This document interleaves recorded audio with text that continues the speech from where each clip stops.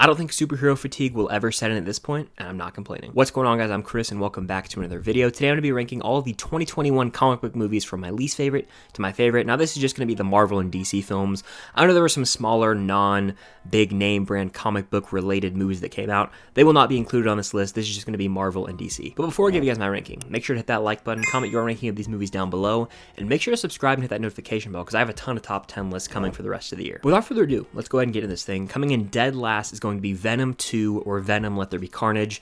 This movie is a complete misfire in my eyes. It's an hour and a half, and it's completely rushed, especially when it comes to Woody Harrelson's Carnage, as Woody Harrelson's a great actor. I mean, they could have set him up well, but they completely dropped the ball here. I wanted more Carnage, and now he's just gone forever, so we're probably never going to see him again. Now, I do like Tom Hardy in the role, and he has fun, and there's those funny moments that make you laugh in the theater, but that's not enough to save this movie from terrible writing, and the Venom movies have gone 0 for 2 for me. I'm not really excited for the future unless they bring Spider-Man in. Basically, if you watch this movie, just fast forward to the post-credit scene, because that's the best part. Next for me is going to be Eternals, a movie that I think had a lot of hype going into it, and was a little bit of a letdown. Now, I'm not on the negative train as much as other people. I see this as like bottom 5 MCU for a ton of people, and I actually think this movie is quite entertaining and enjoyable. While it does way too much and has this really grand vision that doesn't really work at times, I think it introduces some really fascinating characters to the MCU that I would like to see get their own show down the road. Notably Dane Whitman, the man himself, Jon Snow. He needs to get a show in the MCU at some point. But like I've said in countless videos now, Eternals is way too big for its own britches. It kind of takes away from the enjoyment as you're trying to soak in so much information so quickly in a story that's kind of muddled at times. Next for me is going to be Zack Snyder's Justice League, a film that is 4 hours long. That holds the record for the longest movie I've ever seen, and I'm not sure if that's ever going to get topped. I think Zack Snyder's Justice League is just a phenomenon because of the fact that it actually exists. Like, Twitter is responsible for this movie being made. Everyone's saying hashtag release the Snyder Cut for years and years. I think it's warranted that the film got its release because of the circumstances surrounding Zack Snyder. Obviously, he had to leave the 2017 film early due to a tragedy within his family, so it's warranted that he got to see his vision through on HBO Max.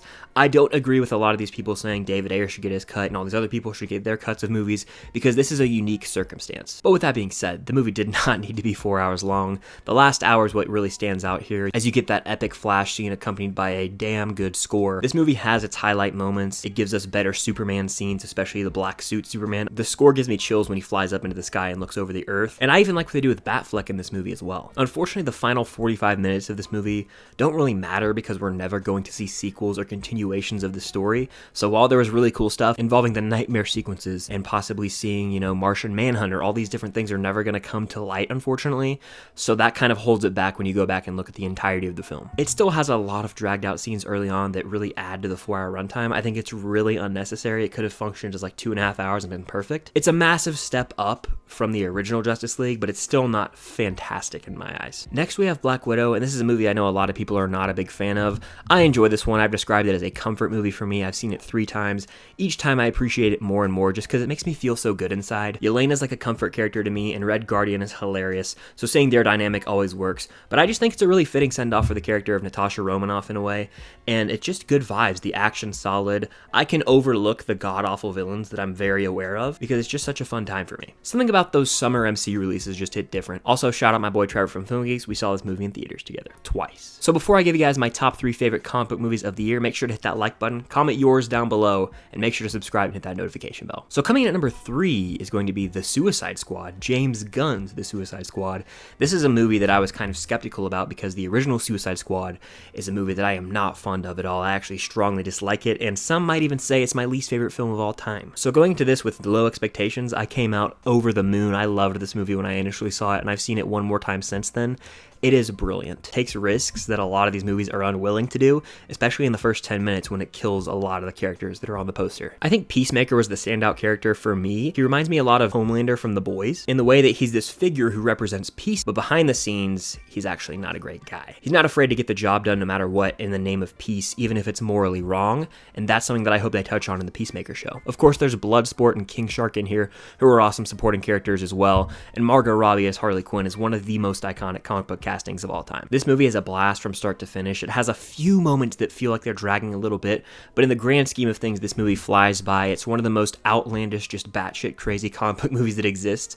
I mean, the fact that a giant starfish is the villain pretty much speaks for itself. Number 2 for me is going to be Shang-Chi and the Legend of the Ten Rings. There's not much I can say about this movie that I haven't already said. It is so much fun, and it really took me and everyone by surprise just because I never thought this movie would be top tier MCU, and it's top 10 MCU for me, actually top 7. Very happy they're doing a Shang-Chi 2 as well as a TV show, because the world it created was so investing. Like, when they go to Ta Lo and it's just this other world, it feels like a fantasy vibe that we don't really see in the MCU, and that's something I hope they tap into a little bit more. I also still think this is the funniest MCU movie, call me crazy. But coming in at number 1 for me has to be Spider-Man No Way Home. It's the movie of the year. It just crossed $1 billion at the global box office, the first time a movie's done that since 2019. It's just going to keep adding to that total because this is a movie that most people love. I absolutely adore it. It gives Spider-Man fans everything they could have ever wanted and more. It's a little boy's dream seeing this movie on the big screen, but it's also the best portrayal of Spider-Man we've seen from Tom Holland because his character finally gets to be Spider-Man here, and they've set him up perfectly for the future in the MCU. I hope Tom Holland plays Spider-Man for years to come, and I think that's kind of what their plan is. But everything you could have asked for in this movie was delivered on. There's not much else I can say. I have a ton of videos about the movie. It is worth the watch on the biggest screen possible, multiple times if possible. I've seen it 4 times. I want to see it a 5th. I absolutely adore Spider-Man No Way Home, and it is the perfect Spider-Man story. But that's going to do it for my ranking of all the 2021 comic book movies. Definitely let me know yours down below in the comments. This will be a fun little discussion to have. I'm sure a lot of people will have the Snyder Cut pretty high up. I have it fairly low. What do you think of the Snyder Cut? Let me know in the comments down below. Make sure to hit the like button, and again, make sure to subscribe and hit that notification bell so you don't miss out on any future top 10 lists. I have 4 coming in the next few days. You're not going to want to miss out on those. Hope you're having a happy holiday season, and until next time, I'll see you guys later.